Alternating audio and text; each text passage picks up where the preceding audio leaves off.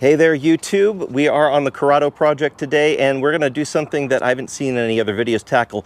When you are doing the motor mount upgrades on a Mk3 or a VR6 of some sort, none of them deal with this stupid thing on the rear motor mount, which is like a metal cup that comes on some of the motor mounts, not all of them, but it requires disassembling it. So we're going to deal with that today. Previously on Battlestar Galactica. And with a swish and a flick, she's back together, just like magic. That's exactly how this works. Hey there all, we are back on the Corrado project. Yay, finally. And tomorrow is the big day, big SoCal Euro, big Euro, whatever you want to call it. I have known the event as SoCal Euro for so many years, and when they renamed it a few years ago, like so many other things where the name changes, just had a little hard time with it. So forgive me, Lon, when I slip up and call it SoCal Euro. We are back on the Corrado project, trying in a race against time to get her back on the road in time to drive to the event tomorrow. Now, one of the projects we're doing is swapping the inserts of these motor mounts out for I'm using the Black Forest Industries, the BFI stage 1s, and they replace the Swiss cheese inserts in the stock housings. Now the deal with this one is I have searched and I have not found any videos on the internet that deal with this particular insert. On most of the Mk3s, this whole bronze cup, whatever this is made out of, does not exist. It's open and you can just swap out the bottom motor mount. Essentially, the rear motor mount, which is this one, looks identical to the front motor mount on most of the Mk3s. But on this, it's got this odd cup on it, and that requires having to peel back these metal tabs and separate the two pieces in order to change the bottom. So I'm gonna do that because there aren't any videos of anybody doing that, and show you how it's done, and then we'll pop this back in. I do have the front motor mount already swapped down there. Well, you know, whatever, down in the engine bay. This one is the one we're working on, and then there's the transmission mount as well, which we may or may not deal with today. We may not get to it. And as soon as those are done, I have to deal with figuring out the leak. We've got a coolant leak that I discovered while we were doing the front motor mount. So I'm gonna come back to that. If it is just a loose worm clamp, awesome, that'll make life really easy. If it's the thermostat housing, then we'll start that process. But that would probably mean we're not gonna have the car on the road in time for driving it tomorrow. Maybe. It's a strong maybe. And then of course the third thing we want to do is finish the supercharger installation, which hopefully, now that I have the right screw that we need for the tensioner, we'll be able to do that. So, got a lot of work to do today. Let's get to it, see how it goes.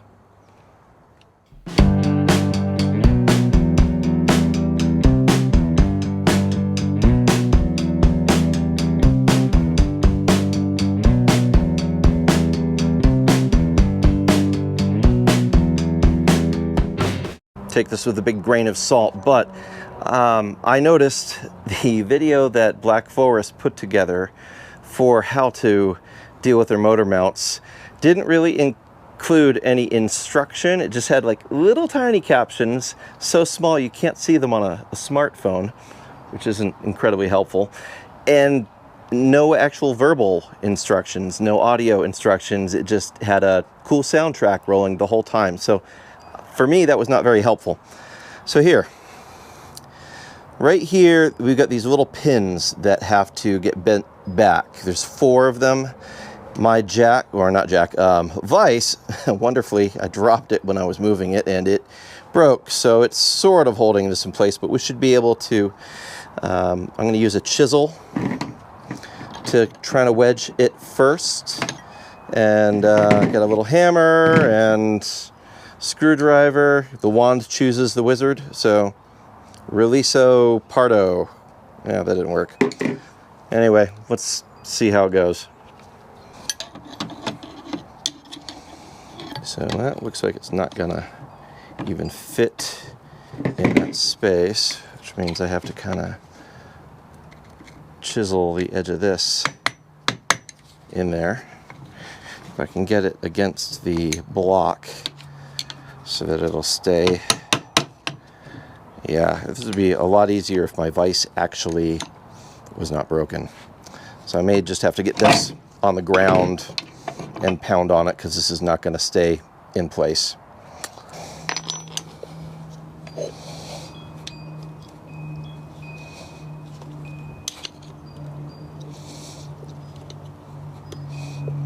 All right, that one is kind of coming off. We just want to get it open like that. So you just got to bend it back.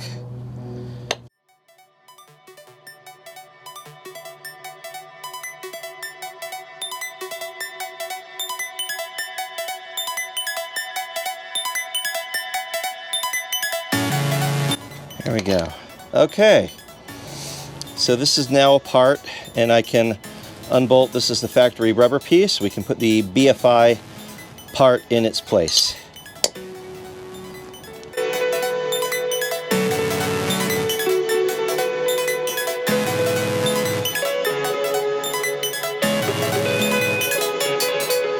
Okay. This is the factory piece that is coming out of here. And here is the Black Forest. So this is much harder durometer, and this actually doesn't look in bad shape, but we're gonna go ahead and swap out for the new hotness. So it goes on there, and this, et voila. Oh wait, no, this doesn't have a thing there. All right, so that just goes there. But I am going to put some thread locker on there so that we don't lose that from vibration later. Before we put it all together, here's just a little comparison of this is the factory motor mount insert with all the Swiss cheese, and you see it's just collapsed in on itself. The bottom part doesn't look too bad, but this is solid durometer, and same with this, so it will be much better, much more solid feeling, and yeah, not 30 years old, so good. So this, by the way, there's like a plastic shroud that is recommended to remove. It's like a dust cover thing, but it can cause rattling when it's installed, so that does not need to be in there. So this goes on, and then let's see, like that. Yeah, that looks right. So that, and then we have that. Okay, so those pieces go in that order. And then we're gonna put some blue thread locker on here and get some come out. Nozzle was clogged up, so some blue thread locker will be good. Just enough.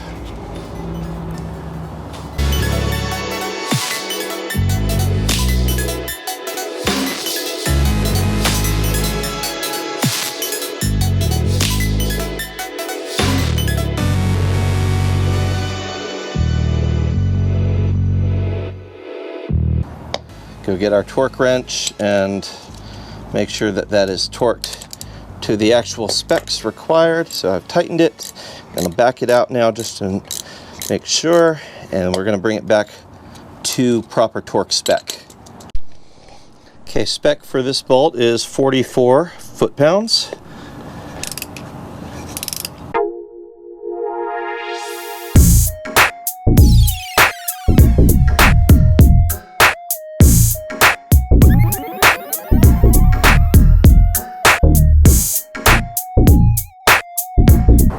Again, much easier if you had a functional vise, but since mine saw fit to break, yeah, this is great. Anyway, just having to do the best I can. I can use a strap wrench here I think, to help my efforts in keeping this in one place.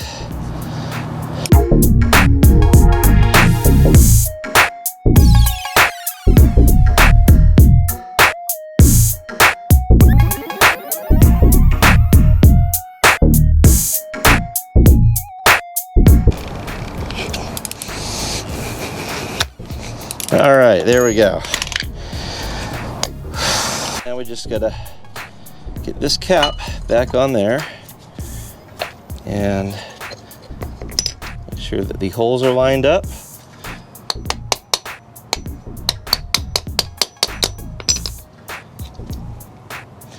Probably gonna put the bolts in just to make sure the holes stay lined up before I completely tap it all in.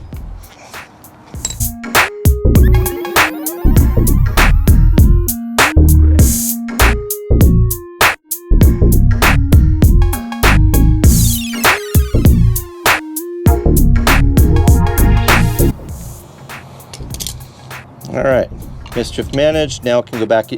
Now it can go back in the car.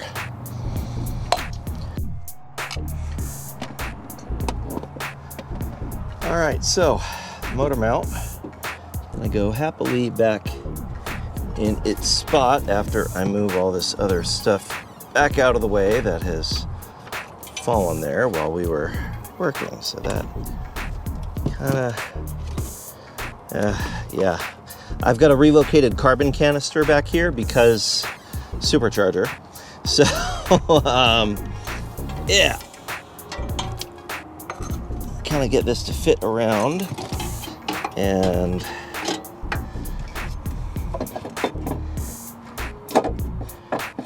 back in place.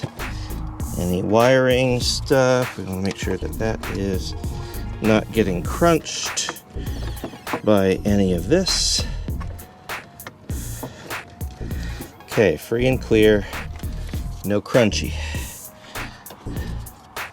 Before we put weight on it, we've got to get the side pins in, the bolts that hold it to the cup.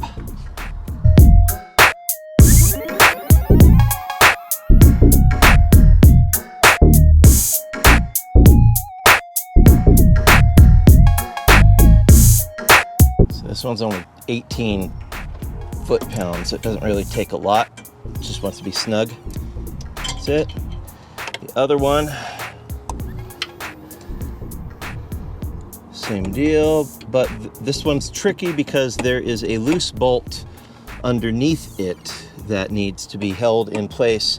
So you need a second pair of hands in order to really do that one. So I'm gonna fetch my son or my wife and we'll do that.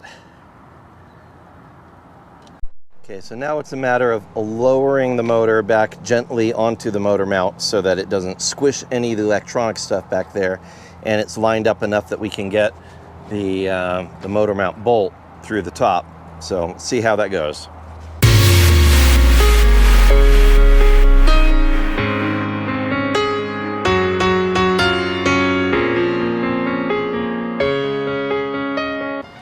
Before it is all the way down, I'll start the bolt to make sure that it threads happily into its home.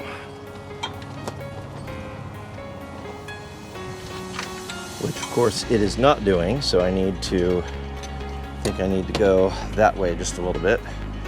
The motor, so.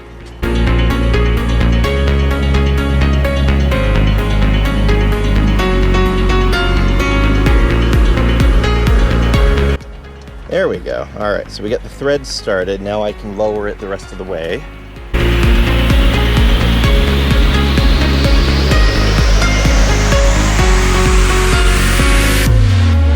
Thread the belt the rest of the way down there.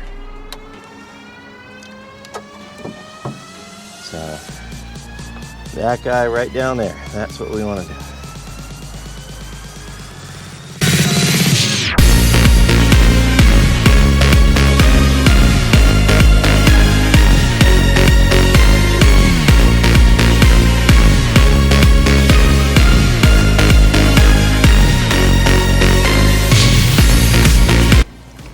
And I'm gonna remount this carbon canister a little higher because I don't like where it's sitting so close to the exhaust manifold down there. That just sounds like bad news.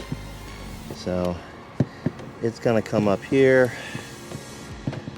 We're gonna work some tie wrap magic. Some strapping and cut it to length. I'm gonna wrap it around the bottom of the carbon canister and bolt it together.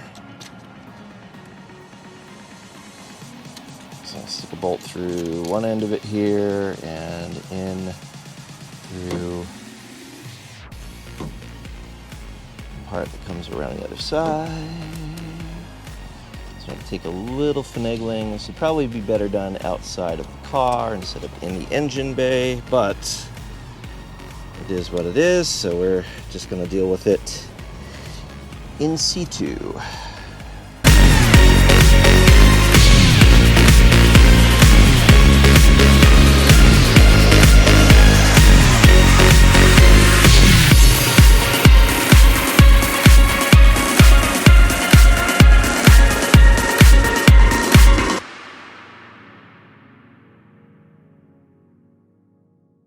I know this has to be at somewhat of an angle. It's supposed to be kind of vertical, honestly, to work best. So it needs to be kind of down like this, ideally. But I don't want it swinging out toward the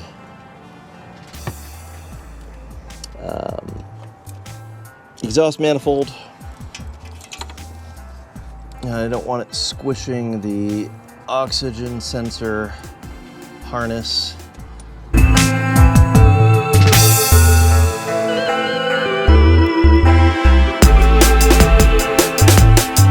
Okay, so that's up, out of the way, and I might want to put some heat shielding on it just to protect that. So I do have some, I'll throw that on.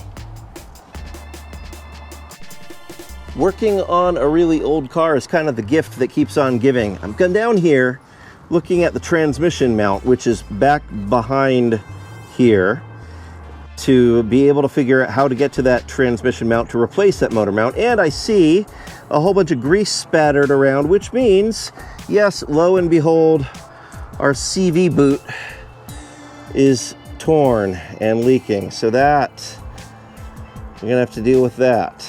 So I haven't heard any clicky noises from our axle here, but it's gonna have to come out in order to put a new boot on there. So joy of joys.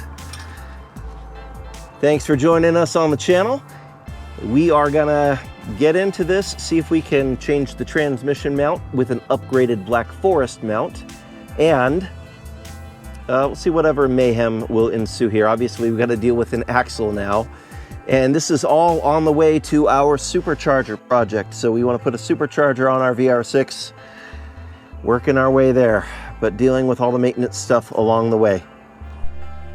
So at this point, 2 of the 3 motor mounts are installed and upgraded. I still have to do the transmission side, and it's kind of a pain in the neck. It is really, between the factory ABS unit and the automatic transmission that this car has, yes, we've discussed that before, that transmission mount is like just totally buried down in there. It is going to be gnarly to try to get to that thing. So I can see the bolts. I'll probably have to remove a bunch of stuff here to be able to dive down on it with a tool. So it needs to be done. So all that to say,